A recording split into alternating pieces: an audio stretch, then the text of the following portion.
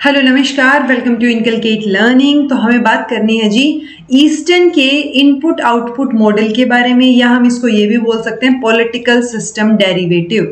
क्योंकि system analysis की जब हम बात करते हैं, जो मैंने आपको करवा रखा है, बेसिकली हम सिस्टम एनालिसिस में बात करते हैं कि किसी भी सिस्टम को कैसे एनालाइज करना है।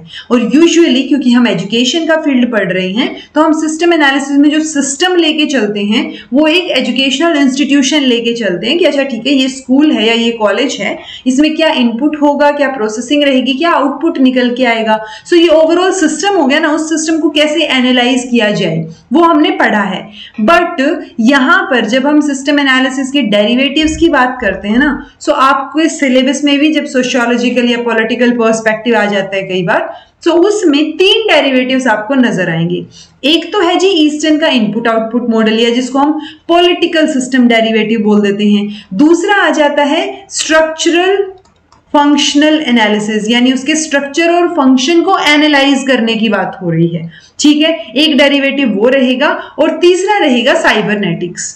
ओके, सो इन तीनों की बात हम करेंगे। हम बात क्यों कर रहे हैं इसकी? क्योंकि स्ट्रक्चरल फंक्शनल एनालिसिस, जिसको हम स्ट्रक्चरल फंक्शनलिज्म भी बोलते हैं, वो हमारे यूजीसी नेट के पेपर 2 के सिलेबस में मेंशन है एजुकेशन में, और पहली यूनिट 3rd पार्ट में मेंशन है। ओके, तो इसलिए स्ट्रक्चरल फंक्शनल एनालिसिस या स्ट्रक्चरल फंक्शनलिज्म को पढ़ने के लिए हमें थोड़ा बेस अगर पता होगा, क्योंकि ये भी वो वहां पे भी पॉलिटिकल एनालिसिस ही हो रहा है और ईस्टर्न ने भी पॉलिटिकल एनालिसिस किया है। और ईस्टर्न जो है वो शुरुआती जो पॉलिटिकल साइंटिस्ट थे उनमें से एक थे, इसलिए इनका नाम पता होना और इनका मॉडल थोड़ा सा मतलब आइडिया होना कॉन्सेप्चुअली वो जरूरी है, ताकि आप स्ट्रक्चरल फंक्शनलिज्म को अच्छे से पढ़ पाएं और स्ट्रक्चरल फंक्शनलिज्म के साथ इसको कंपेयर कर पाएं। क्योंकि वहां पे हमें आलमंड पढ़ने हैं और यहाँ पे हम ईस्टर्न पढ़ रहे हैं, तो दोनों की पर्सपेक्टिव में दोनों ने किस किस चीज पे फोकस किया वो जान लेना हमारे लिए बहुत जरूरी है।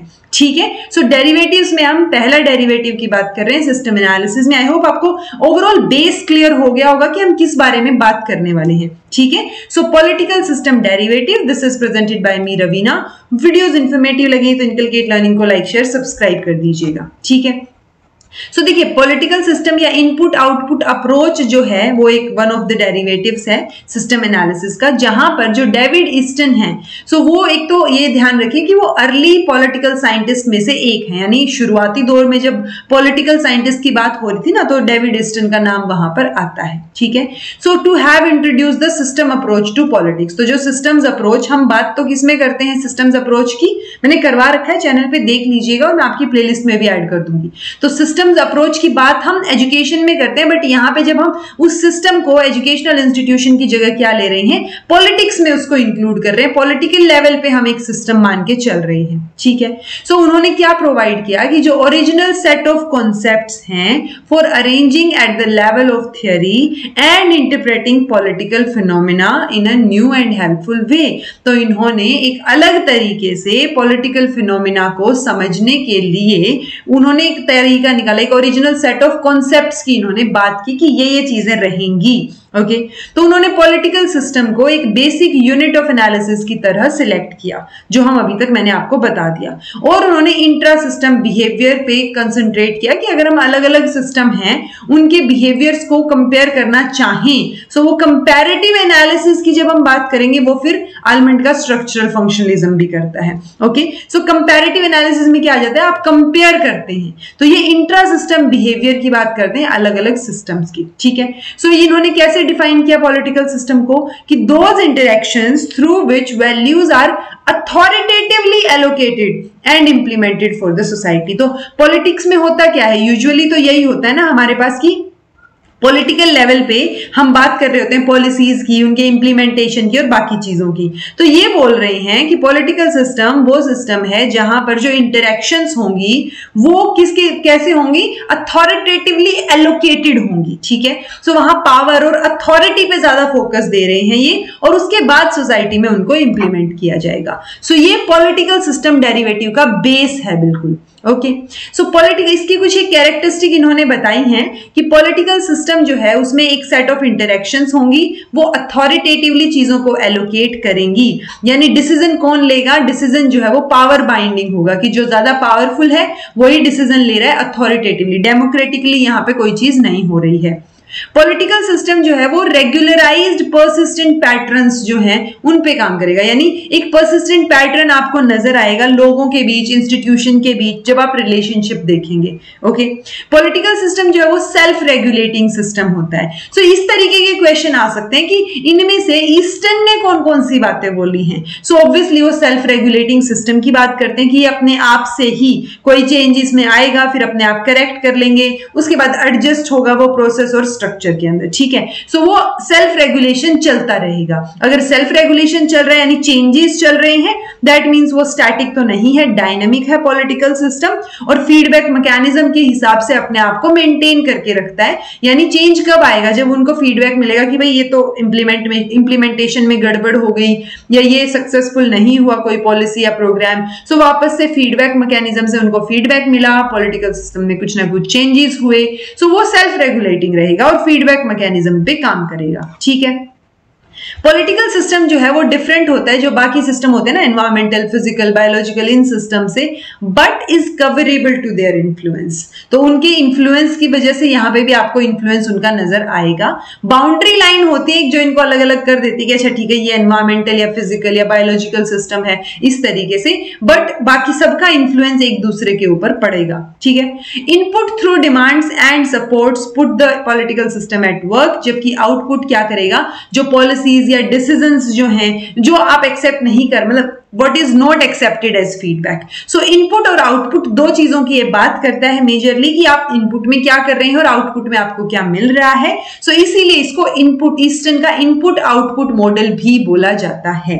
ओके, सो OR यंग जो हैं उन्होंने सम अप किया इनकी बातों को कि ये क्या कहना चाह रहे हैं। सो ये क्या कहना चाह रहे हैं कि पॉलिटिकल सिस्टम जो है वो एक तरीके से कन्वर्जन होता है, जहां पे बेसिकली एक कन्वर्जन प्रोसेस है जहां आप काम कर रहे हैं और जो काम करने की मतलब आपने कुछ इनपुट डाला, काम किया और एक आउटपुट जो है वो निकल के आपके सामने आता है और वो इसके एनवायरमेंट को चेंज कर देता है। उस आउटपुट की वजह से कुछ ना कुछ चेंजेस होंगे, यानी चेंजेस हो रहे तो एक कॉन्टिन्यूस एक्सचेंज जो है वो पॉलिटिकल सिस्टम और उसके एनवायरमेंट में आपको देखने को नजर आएगा, इसीलिए ये एक डायनामिक प्रोसेस है।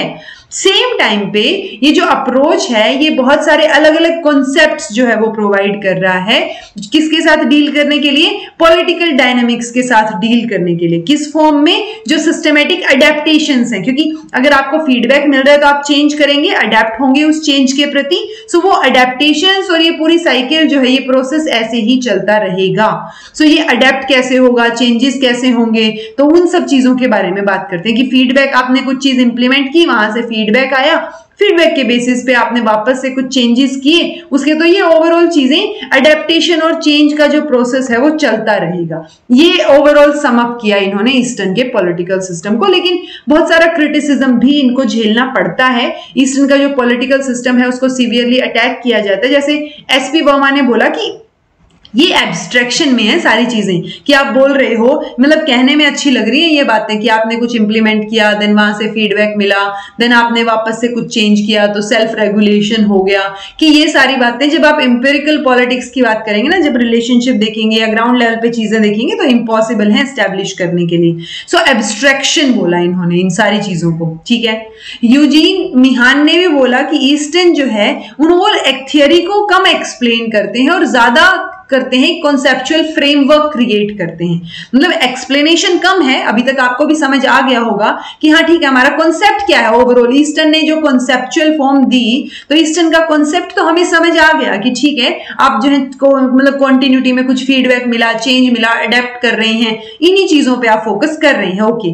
बट ये इनका जो एनालिसिस है वहां से हमें पॉइंट आउट मिलता है कि इनका मेन जो एस्पेक्ट है ना, जो एक तो ये थियरी एस्पेक्ट कोई एक्सप्लेन नहीं कर रहे हैं, दूसरी चीज मतलब बहुत कम एक्सप्लेन किया इन्होंने। दूसरी चीज जो एक कॉन्सेप्चुअल फ्रेमवर्क इन्होंने बनाया है उसमें एक ही चीज के अराउंड चीजें, एक ही क्वेश्चन के अराउंड चीजें घूम रही हैं कि पॉलिटिकल सिस्टम में पावर कैसे डिस्ट्रीब्यूटेड रहेगी, जो कि ये बोल रहे हैं कि पावर बाइंडिंग होते हैं ना सारे डिसीजंस, सो वो पावर कैसे डिस्ट्रीब्यूटेड रहेगी, उसके बाद जो परसिस्टेंस है या अडेप्टेशन कैसे होगा, रेगुलेशन कैसे होगा, उसका सेल्फ रेगुलेशन, सो इन्हीं सब चीजों के अराउंड घूम रही है सारी की सारी चीजें। ठीक है, वो पॉलिटिक्स कैसे डिक्लाइन होगी, डिसरप्ट कैसे होगी, ब्रेकडाउन कैसे हो सकता है, इन चीजों पे तो फोकस ही नहीं हो रहा है, राइट। सो पॉलिटिक्स कैसे काम करेगी, सेल्फ रेगुलेटिंग कैसे होगी, उन चीजों पे फोकस है, रादर देन इन्होंने ये चीज तो एक्सप्लेन ही नहीं की, बहुत मच मतलब बहुत कम इंफॉर्मेशन इसके बारे में इन्होंने बोली कि politics of decline, disruption and breakdown. ठीक है,